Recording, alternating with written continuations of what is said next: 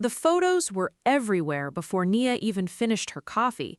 Her phone buzzed itself off the nightstand, again, again, again, until she gave up and looked. Wedding guests, strangers, a blurry shot of her hand in Min-jae's, captioned with 3 exclamation points and a stranger's guess at their love story. By the time she reached the kitchen, it wasn't a rumor anymore. It was a headline. Mrs. Park was already on the phone with someone, pacing the length of the hallway in her socked feet, voice low and clipped in a way Nia had never heard from her. She caught Nia's eye through the doorway and mouthed something that might have been "don't panic," or might have been "too late for that." Nia set her mug down without drinking from it. This was supposed to be small, a favor, a fiancé for one afternoon, borrowed just long enough to walk past David without flinching. Instead, it had a hashtag. Instead, it had opinions. Thousands of them, none of which knew that 6 days ago she hadn't even known Kang Min-jae's middle name. She thought of his hand steady at her back at the reception, unbothered by the cameras, unbothered by any of it. She hadn't thanked him for that yet. Her phone buzzed once more. This time, it was him. "Have you seen it?" She stared at the screen a long moment before she answered. "I've seen it," she typed back. "I don't know what to do." The reply came fast. "Don't do anything yet. I'm coming over." She should have told him not to, should have said this was exactly the kind of thing that made a small lie into a large one. Kang Min-jae showing up at her building, in daylight, with the photos still climbing. But she didn't type that. She set the phone face down on the counter and pressed both palms flat against the cool countertop, breathing until the kitchen stopped tilting. Mrs. Park hung up and came to stand beside her, arms crossing over her cardigan. "That was my cousin. Apparently you're trending in 3 countries." "Don't say trending like it's good news." "It isn't good or bad. It's just loud." Mrs. Park studied her, the sharpness in her face softening. "You look like you haven't slept." "I haven't." "Sit. I'll make tea. Loud things are easier to survive sitting down." Nia sat, though she couldn't have said whether it was obedience or simply that her legs had stopped being useful. She scrolled without meaning to, comment after comment, strangers deciding who she was based on a 5-second clip of her laughing at something Min-jae had said at the altar. None of them knew the laugh had been real, unplanned, the only unscripted moment in a day built entirely of performance. By the time Min-jae arrived, Mrs. Park had the tea poured and had tactfully vanished into the next room, though not so far she couldn't be heard humming pointedly by the stove. He didn't look rattled. That was the first thing she noticed. The way he crossed the room like the internet wasn't currently deciding their entire relationship, like there was nothing on fire at all. He sat across from her, not beside her, giving her room. "Talk to me," he said. "They think it's real, all of them. My professor texted me a heart emoji, Min-jae." "Would that be so terrible if people believed it?" "That's not the point. The point is we built something on a lie and now it's everywhere. It's not ours to control anymore." "Nia," his voice stayed even, grounding. "Nothing has to happen today. We don't owe the internet an explanation. We only owe each other the truth, whenever you're ready to figure out what that is." She looked at him then, really looked, and something in her chest that had been clenched since dawn loosened by half an inch. "You're too calm about this." "Someone has to be," he said, and for the first time that morning she almost smiled. By noon, Madame Kang had already spoken. Nia heard about it before she saw it, Mrs. Park's phone lighting up again, this time with a different tone entirely, something almost triumphant, a statement, brief and warm, released through the Kang family's official channels. Congratulations to her grandson and his bride-to-be, gratitude to well-wishers, a gentle request for privacy as the young couple settled into their new chapter. It didn't feel like privacy. It felt like a wall going up around her, built by someone else's hands. She didn't have to do that, Nia said, staring at the words on the screen like they might rearrange themselves into something less final. She didn't have to, Mrs. Park agreed, setting a plate of sliced fruit between them, though neither of them had asked for it. But it stops the guessing. No more strangers deciding your story for you. Now there's an official one. An official lie. Mrs. Park didn't answer right away. She picked up a piece of pear, turned it over in her fingers, considering. "You know," she said finally, "when Madame Kang called me this morning, she didn't ask if the engagement was real." Nia looked up. "She asked if you were eating enough, if the noise online was frightening you. She asked," Mrs. Park's voice caught slightly, unexpectedly, "if I thought you needed anything, because if you did, she'd see to it herself." "That's not," Nia started, then stopped, unsure what she'd meant to argue. "I've known that woman a long time," Mrs. Park went on. "She doesn't extend herself for arrangements. She extends herself for family." She reached over and set her hand briefly over Nia's, the way she might have with a daughter. "Whatever this started as, child, I don't think that's what she sees when she looks at you anymore. I don't think it's what I see either."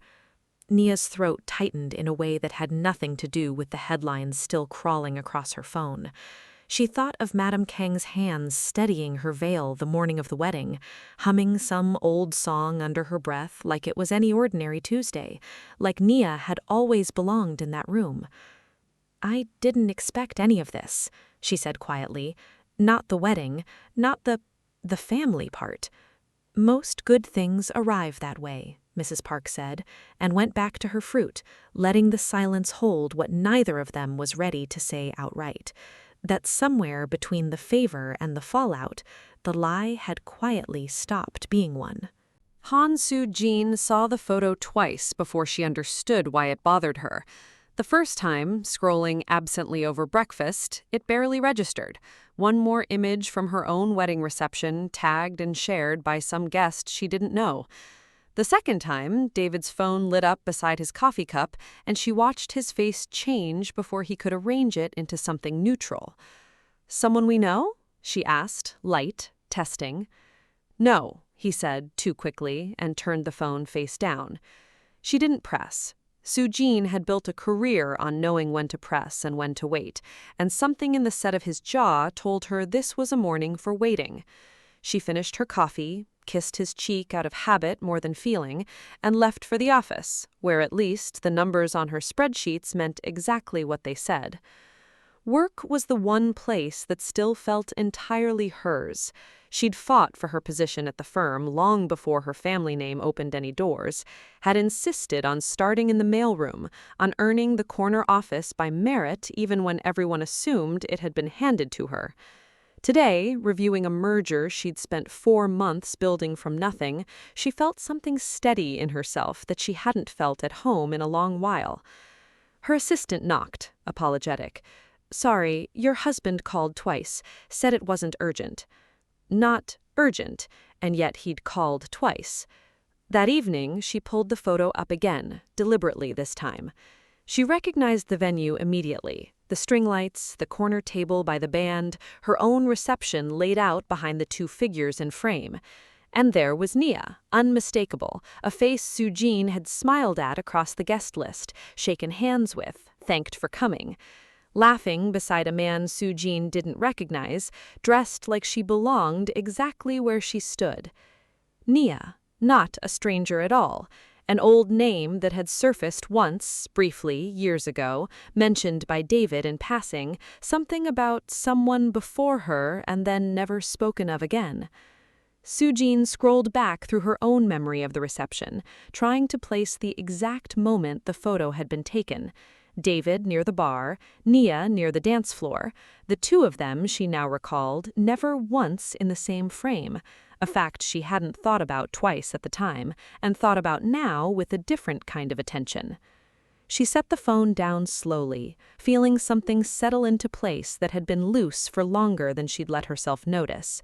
Not jealousy, exactly. Recognition. The particular quiet of a woman realizing she had built a marriage on her husband's careful omissions. She thought of her own name on the merger contract, signed that afternoon in her own hand for work no one else could claim credit for. Whatever David hadn't told her, she was still the woman who built things that lasted. She just wasn't certain anymore that her marriage was one of them. The power went out on a Tuesday, 3 days after the wedding, in the middle of the worst rainstorm Seoul had seen that spring. Naya sat cross-legged on her floor by candlelight, laptop dead, thesis draft unsaved for the last 40 minutes, listening to the building groan against the wind. She hadn't called anyone. There was no reason to call anyone. It was just a storm, just an inconvenience, just one more small thing to survive alone the way she'd survived most small things since arriving in this city. Her phone, miraculously still charged, buzzed against the floorboards. "Is your power out too?" She stared at it a long moment before answering. "Yes. How did you know?" "Half the district's out. I was already driving past your building." That wasn't quite an answer, and she was too tired to ask him to explain the coincidence. 20 minutes later, there was a knock at her door, soft, almost apologetic, and she opened it to find Min-jae standing there, soaked through, no umbrella, holding a small battery lantern and a paper bag that smelled like the noodle place 2 streets over. "You didn't have to do this," she said, stepping back to let him in. "I know." He set the lantern on her counter, adjusted it until the light steadied, unbothered by the water dripping off his jacket onto her floor. "I wanted to." There were no cameras here, no Madame Kang issuing statements, no strangers deciding what this meant, just candlelight and the sound of rain, and a man who had driven across a flooded district for no reason anyone would ever photograph. They ate on her floor, because the table was covered in unsaved thesis pages, passing the lantern back and forth like it was something precious, instead of something he'd probably bought at a convenience store on the way over. He asked about her research, actually listened to the answer, didn't check his phone once. "Can I tell you something that has nothing to do with any of this? The wedding, the family, any of it?" "Always." "I forgot, for about 2 minutes tonight, that any of it was fake."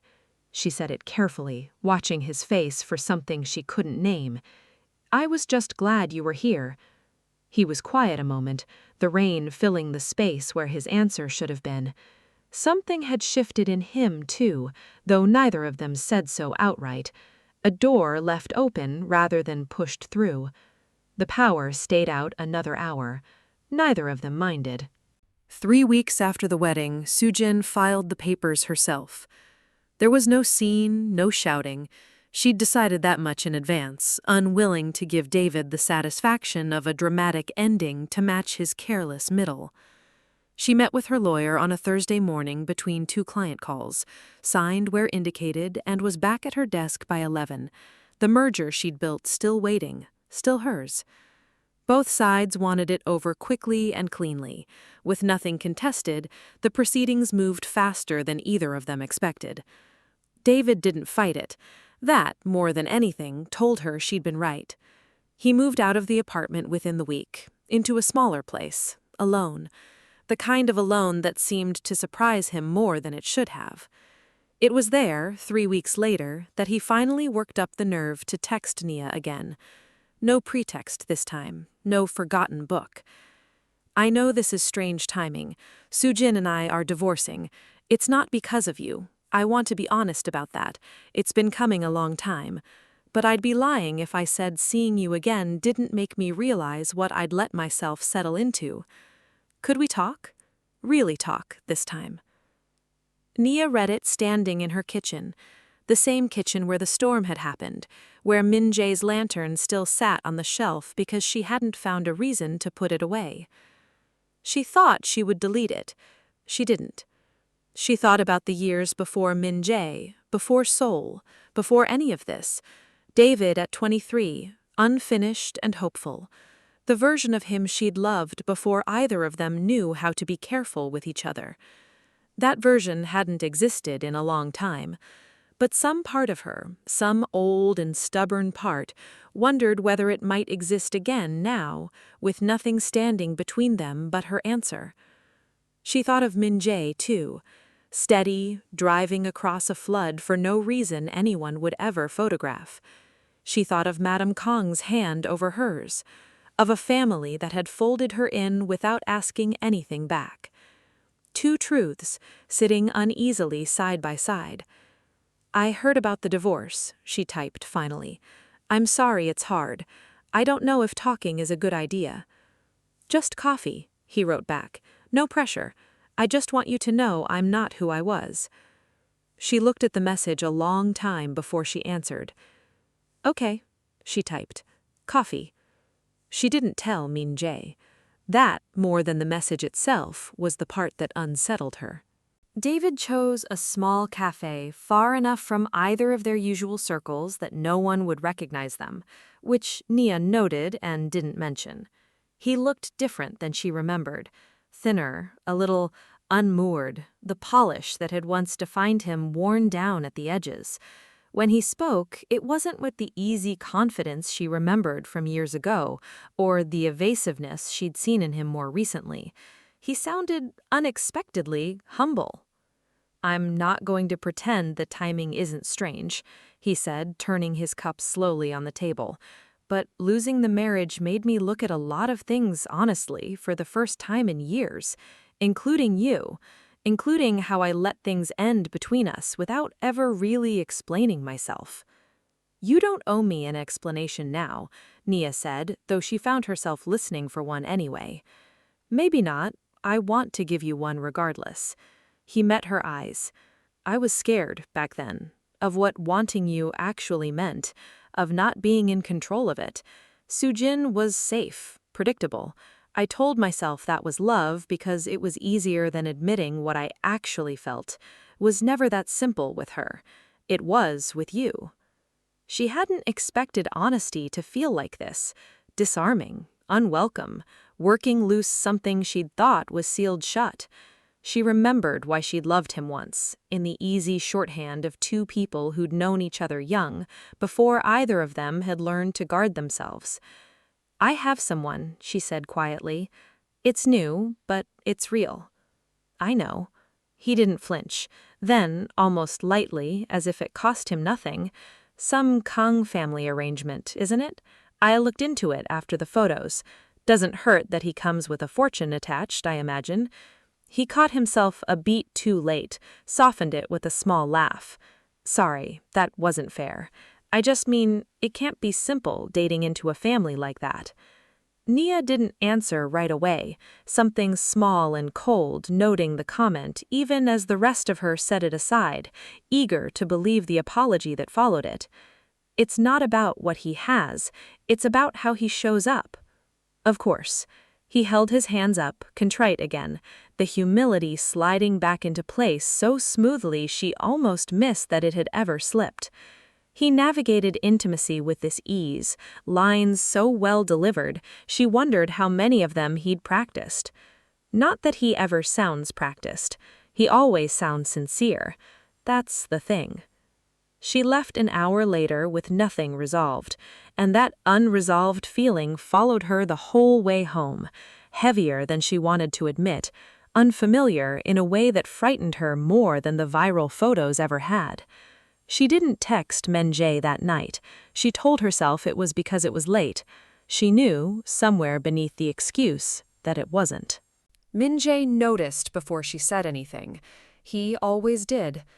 "You've been somewhere else all week," he said. Not accusing, just observing, the two of them seated on the same rooftop bench where they'd once rehearsed cover stories for relatives. "Talk to me." Nia hesitated long enough that the silence itself became an answer. "I saw David," she said, finally. "He and Soo-jin are divorcing. He wanted to talk." Something flickered across Min-jae's face. Not anger, something quieter and more painful to watch. "And did you? Talk?" "Yes." "Are you going to see him again?" She didn't answer right away. and that too was its own answer. "I don't know," she admitted. "I thought I'd closed that door a long time ago. Seeing him again, I'm not sure I did." Min-jae was quiet for a long moment, looking out at the same skyline that had witnessed his first honest words to her weeks earlier. "I'm not going to compete for you," he said finally. "If some part of you still belongs to him, I'd rather know now than build something on top of a foundation that isn't steady. That's not fair to ask me to know right now." "I'm not asking you to know. I'm asking you to be honest with yourself while you figure it out. That's all I've ever wanted from you, Nia. Not certainty, honesty." She looked at him, patient even now, even with this much at stake for him, offering her room instead of pressure, and felt the full weight of how unfair her uncertainty was to a man who had never once asked her for anything he wasn't willing to earn. "I don't know what I want," she said, and it was the truest thing she'd said in weeks. "I know that's not enough. I know you deserve better than not knowing. I need time to be sure, for both our sakes." "Then take it," though something in his voice suggested the words cost him. "But Nia, take it looking honestly at both of us, not just at what's familiar." He left her there, alone on the bench, the city lights doing nothing to make the choice ahead of her any clearer. David's divorce was finalized on a Tuesday. He told her that same afternoon, arriving unannounced at the cafe near her building, the one she'd started avoiding without admitting why. "It's done," he said, sliding into the seat across from her before she could decide whether to let him. "Nothing standing between us now except whatever you decide." "David, I know I don't deserve an easy yes. I know I hurt you once, disappeared when things got complicated, let you go without a fight. I'm not asking you to forget that." He leaned forward, earnest in a way that struck her old and familiar chords. "I'm asking you to consider that people change, that I've spent the last month learning what I actually want, and it's you. It's always quietly been you." She wanted to believe him. That was the frightening part. Some old, well-worn part of her still wanted exactly what he was offering, the neat resolution of a story she'd once thought had ended badly. "Why now?" she asked, the question she'd been avoiding since the first text. "Why is it only now, when you have nothing left, that you're sure?" David didn't answer immediately, and something in the pause told her more than his words could have. "Maybe I needed to lose everything else to see clearly," he said finally. "Does the reason matter if the feeling's real?" "It matters," she said quietly, "if the feeling only became real once you had nothing left to lose by saying it." He reached for her hand across the table. She didn't pull away, not yet, caught between the pull of something familiar and a truth she wasn't ready to name aloud. "I need time," she said finally. "I can't give you an answer today, but I'll give you one, in person, soon. You deserve that much, at least." "Take the time," he said, something almost triumphant flickering behind his eyes, as though time was all he'd ever needed to win. "I'll be waiting." She left without answering fully, his words trailing her the whole way home, sitting uneasily beside Min-jae's, take it looking honestly at both of us, until she wasn't sure anymore which voice she was actually listening to. She didn't make a list. She'd tried the first night and torn it up before she'd finished. Some things refused to be weighed like grocery totals, and she was ashamed she'd tried. For 3 days, she turned both conversations over, unable to sleep, until one detail kept surfacing above the rest, small, almost forgettable at the time. "Doesn't hurt that he comes with a fortune attached, I imagine." David's laugh afterward, quick to smooth it over. She'd let it go in the moment, wanting so badly to believe the man across the table had changed, but it sat in her now like a splinter, and the longer she sat with it, the clearer its shape became. He hadn't looked into her life because he'd missed her. He'd looked into what she now stood to have. She thought of every version of David she'd known, the one who vanished when things got complicated, the one who'd needed to lose everything before he could say her name like it mattered, the one who'd already told people an answer she hadn't given. Not a man who'd changed, a man who was very good at performing change for whoever was watching. And then, unbidden, she thought of the storm, not because anyone reminded her of it, because it simply rose, the way true things do when you finally stop drowning them out with noise. Min-jae hadn't known the wedding was going viral when he drove across a flooded district. He hadn't known she'd forgive him if he stayed home. He'd come anyway, for no audience, expecting nothing back. She understood, sitting alone with the truth for the first time without anyone's help, that she already knew her answer. She only wanted someone to tell her it was safe to trust it. She went to Mrs. Park's kitchen anyway, not for the answer, but to say it out loud to someone before she said it to the men waiting on either side of her choice. "I think I've known for days," she admitted, hands wrapped around a cup she wasn't drinking from. "I just didn't trust myself to be sure." Mrs. Park studied her a long moment. "What changed?" "Something David said. Small. He probably doesn't even remember saying it, but it was the truest thing he told me the whole conversation because he didn't mean for it to be." "Then you don't need me to tell you anything," Mrs. Park said, not unkindly. "You've already done the harder work yourself. I'll only say this. Whatever you decide, decide it because it's true, not because it's easy to explain to anyone else. Not to me, not to Madame Kang, not to strangers on the internet who think they're owed a reason." Nia nodded, throat tight. "I know." "Then go," Mrs. Park said, squeezing her hand once. "You've kept two men waiting long enough on a decision you already made." She went to David that afternoon because she owed him an answer given plainly, not avoided. He opened his door already smiling, already certain, and something in that certainty struck her wrong before she'd said a word. "I knew you'd come," he said, stepping back to let her in. "I've already told a few people, softly, nothing official, but—" "You told people?" She stayed in the doorway. "David, I haven't given you an answer." "I know how this ends," he said, waving it off, still smiling. "I just wanted to be ready, for us." "I'm not choosing you," she said, quiet but entirely clear.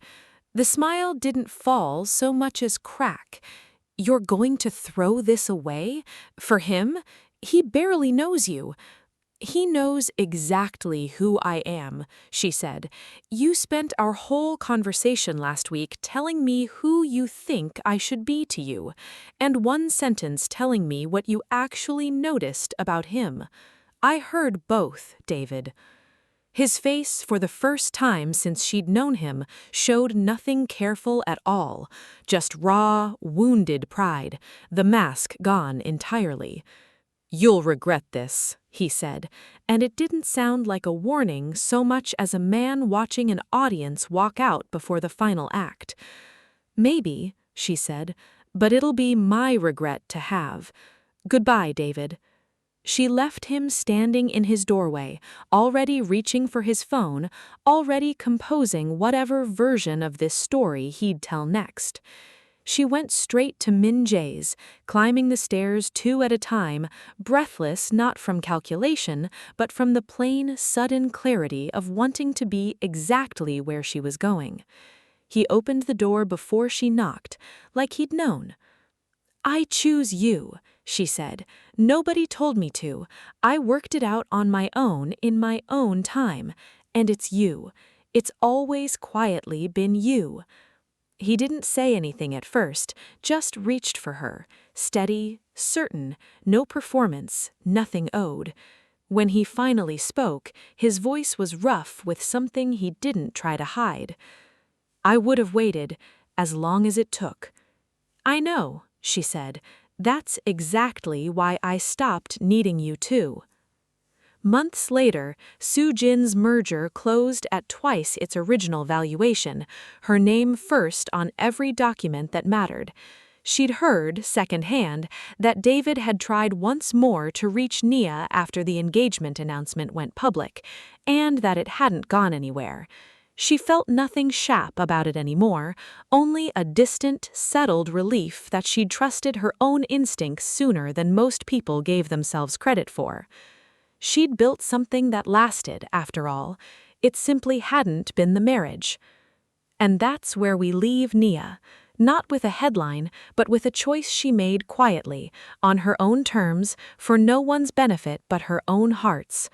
If this story stayed with you, let us know which moment hit hardest in the comments below: the storm, the rooftop, or the door that finally closed for good. And if you haven't yet, subscribe to Silent Speaks Stories, because where every story leaves a mark, the next one is already waiting. We'll see you in the next one.